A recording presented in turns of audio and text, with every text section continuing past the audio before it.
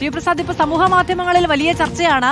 ഒന്ന്, ഇടതുപാളയത്തിൽ നിന്ന് പുച്ഛിച്ചും പരിഹസിച്ചുമാണ് ഈ അഭിപ്രായങ്ങളെ കാണുന്നത്. മറ്റൊന്ന്, കോൺഗ്രസിനുള്ളിൽ നിന്ന് തന്നെ മുഹമ്മദ് ഷിയാസിനോട് ഇത്തരത്തിൽ അനവസരത്തിലൊരു പ്രതികരണം എന്ന നിലയ്ക്ക് അതുണ്ടാകാൻ പാടില്ലായിരുന്നു എന്ന കർശനമായ വിമർശനവും ഉയരുന്നുണ്ട്. അതുതന്നെയാണ് മാധു, ഇത് സാമൂഹ്യ മാധ്യമങ്ങളും ഏറ്റെടുത്ത് കഴിഞ്ഞു എന്നുള്ളത് തന്നെയാണ്. നമുക്കറിയാവുന്നതുപോലെ ഇനിയിപ്പോൾ UDF ആണ് അധികാരത്തിലേക്ക് വരുന്നതെങ്കിൽ ആരാണ് മുഖ്യമന്ത്രി എന്ന കാര്യത്തിൽ വലിയ ചർച്ചയുണ്ടാകും. അത് തർക്കമായി മാറുമെന്ന കാര്യമെല്ലാം ഉറപ്പാണ്.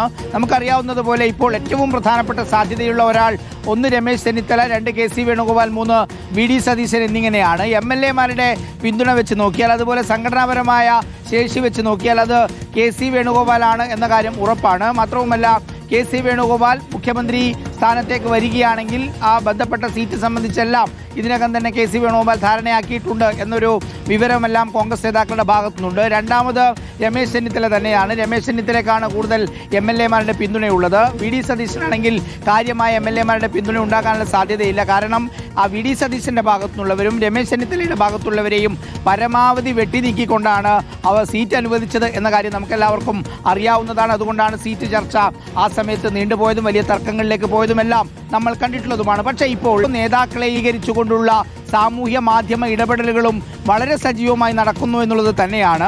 ചർച്ച പരസ്യമല്ലെങ്കിൽ പോലും രഹസ്യമായിട്ട് ഇപ്പോൾ തന്നെ തുടങ്ങിക്കഴിഞ്ഞു എന്നതാണ്. കാരണം കഴിഞ്ഞ 2 ദിവസമായി നടക്കുന്ന ചർച്ച അത് UDF അധികാരത്തിലേക്ക് വരും എന്ന രീതിയിൽ തന്നെയാണ് ബഹുഭൂരിപക്ഷം കോൺഗ്രസ് നേതാക്കളും UDF നേതാക്കളും എല്ലാവരും പറയുന്നത്. അങ്ങനെയെങ്കിൽ സ്വാഭാവികമായി ആരാണ് മുഖ്യമന്ത്രി എന്നത് സംബന്ധിച്ചുള്ള ചർച്ച വളരെ സജീവമാണ്.